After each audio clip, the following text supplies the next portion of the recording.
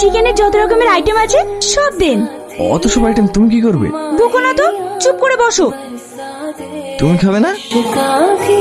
তোমরা বসো, হ্যাঁ আমি আসছি। দাদা, চিকেনের এই আইটেমগুলো তৈরি করতে কি কি মশলা ব্যবহার করেন? কেন বলুন তো?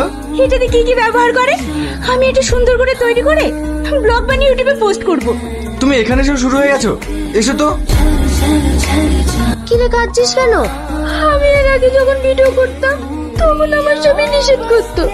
আমি যাই করি আমাকে কিচ্ছু বলে না। আমি নিশ্চয় কোনো মেয়ের সাথে সম্পর্কে যুক্ত হয়েছি। নিজে নিজে স্বামীদেরকে একটু চোখে চোখে রাখ। দাঁড়াও, আবার পারফিউমও দিয়েছো?